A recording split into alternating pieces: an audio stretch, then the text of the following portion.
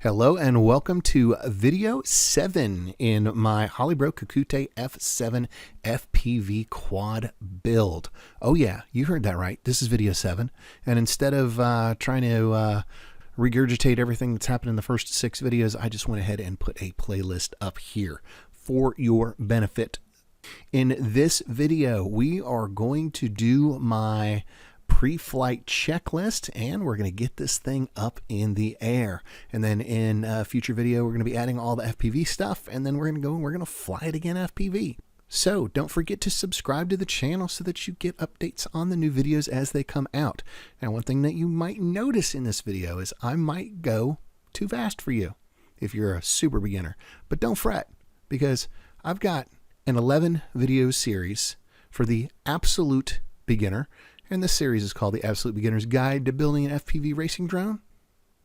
And just a thought, if you're running either an FR Sky or a Jumper or a Radio Master radio and you've got OpenTX in there, I have, oh yeah, you see it, 22 videos on how to get up and running. Back to the Kakute series, and let's get into Betaflight and do our final checklist. All right, so for the pre-flight checklist, I've got the quad plugged into Betaflight here. I'm on the setup screen. First thing I'm going to do is go ahead and calibrate the accelerometer, and then I'm going to go ahead and reset the Z-axis, make sure everything's kosher there. I'm going to go ahead and pitch my quad up, and I'm going to roll to the left, and I'm going to roll to the right, and I'm going to yaw. Just make sure that the quad on the screen is doing exactly what your motions are in real life. They might be off 90 degrees. They might be off 180 degrees, in which case you need to set the offset. But let's move on. All right, so this is a Kakute F7 all-in-one board, and here's the proper setup for that one. You are going to have your smart port on UART4, and you are going to have your S-Bus running on UART6. Moving right along. On the configuration screen, I'm running Quad X. I got D-Shot 600s coming down. I've got a F7 board, so I can run 8 and 8 without any issue. Come down to the bottom here, see my CPU load. My CPU load is 2%. On my old F3 boards, if I tried to run 8 and 8, actually if I tried to run 4 and 4, I think my CPU load would have been at 60–70%. So these boards have come a long way in a very, very short period of time. I have, what do I have? It's a FR Sky R XSR, so serial-based S-Bus. And then down here, here's some of my other features. I got telemetry ticked, air mode, OSD, and dynamic filter ticked.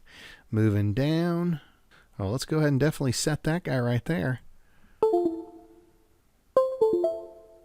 All right, so I checked the RX set so that it would beep when the aux channel is set for beep, which mine is. We did that in a previous video. And beeper configuration, you can just kind of see what I have there. Moving back up into the top right, D-Shots.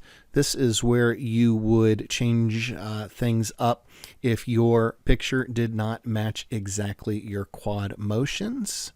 I went over that in a previous video, and moving right along, and don't forget to save. If you've made any changes, don't forget to save and reboot.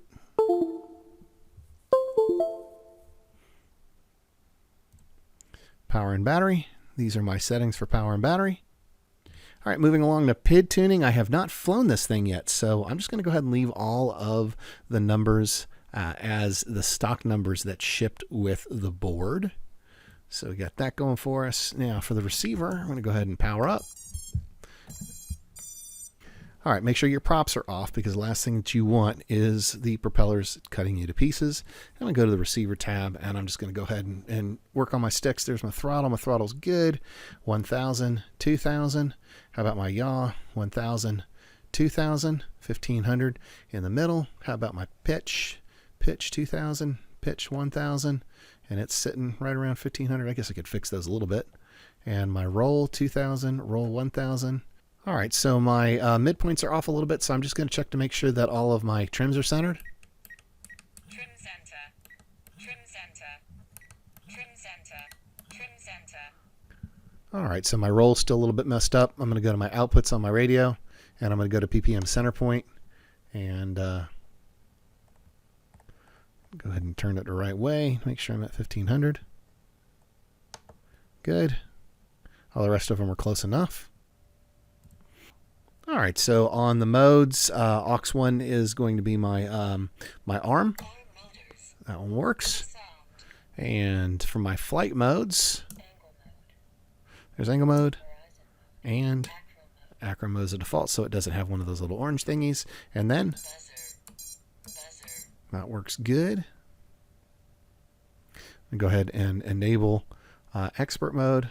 All right, moving on to the adjustment screen. This is where I am combining 9 inputs to channel 7, or aux 7 rather, so that I could tune my PIDs in flight. And essentially I've got roll integral, roll derivative, roll integral, roll proportional, pitch integral, pitch derivative, pitch integral, pitch proportional, yaw proportional, yaw integral, yaw derivative. And so all of those are set up right. I'm going to go to motors, and my props are most definitely off. And I'm going to click the little button here and make sure that everybody's spinning in the right direction. You can look at the picture in the upper corner and make absolutely positively sure that your motors are spinning the correct way. All right, everything is looking pretty good. Bounce back to the ports and just kind of save and reboot everything. All right, so looking back over the tabs here in the left-hand column, looks like I missed Failsafe. Click on Failsafe. Failsafe happens in 2 stages. Here's stage 1 and stage 2.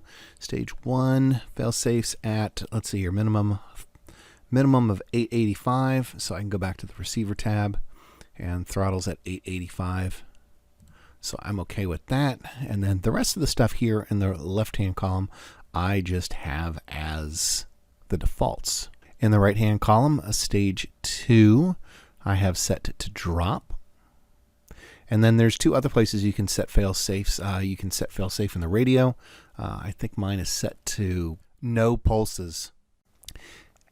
And then don't forget that your receiver might have a fail-safe button. You can set fail-safe there as well. So I think we're pretty much good here. All right, so I am back on the setup screen, and if I look at my arming disable flags, the only one that I have is MSP, which means that I am plugged into Betaflight. So as soon as I get out of being plugged into Betaflight, I'll be able to arm. Like right now, I won't be able to arm. Nope. But as soon as I disconnect from Betaflight, now I'll be able to, you can hear my motors. All right, so I've already checked motor rotation, but I have one more step left, and that's to make absolutely positively sure I put my props on the right way. So I'm going to go ahead and do that and get to flying.